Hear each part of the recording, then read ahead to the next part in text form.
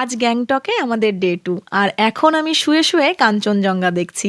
লাইফে first time Kanchenjunga দেখছি, তাও আবার আমাদের ফার্স্ট ম্যারেজ অ্যানিভার্সারির দিন। দিনটা আমাদের দুজনের সারা জীবন মনে থাকবে। আকাশ আর আমি দুজনেই জাস্ট স্পিচলেস হয়ে পড়েছিলাম।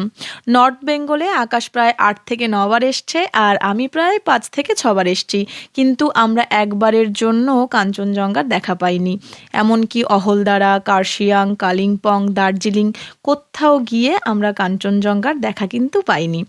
আর আজ আমাদের মনে হচ্ছে মাউন্টেনটাকে আমরা জাস্ট হাত দিয়ে ছুঁতে পারছি।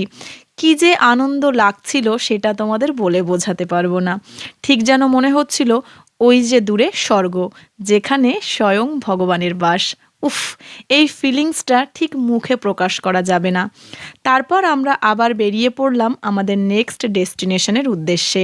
রাস্তায় একটা জায়গায় দাঁড়িয়ে আমরা আমাদের ব্রেকফাস্ট কমপ্লিট করে নিলাম। আমি খেয়েছিলাম জল আর বিস্কিট, আর আকাশ খেলো ম্যাগি আর অমলেট। পাহাড়ি রাস্তায় আমার একটু অসুবিধা হয়, তাই সব সময় নিজের কমফোর্ট ফুডটাকে বেছে নিয়েছি। এখন আমরা চলে এসেছি নাথুলা পাস, ভারত আর চীনের বর্ডারে। ওই যে দূরে দেখা যাচ্ছে চীনের ন্যাশনাল ফ্ল্যাগ।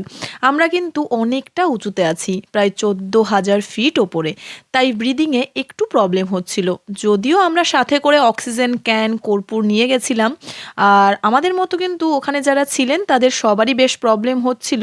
এমনিতেই অনেকটা উঁচুতে আছি আর তার ওপর মারাত্মক ঠান্ডা, কিন্তু অসাধারণ এই ভিউগুলো দেখলে মনে হয় কষ্টটা অর্থিত।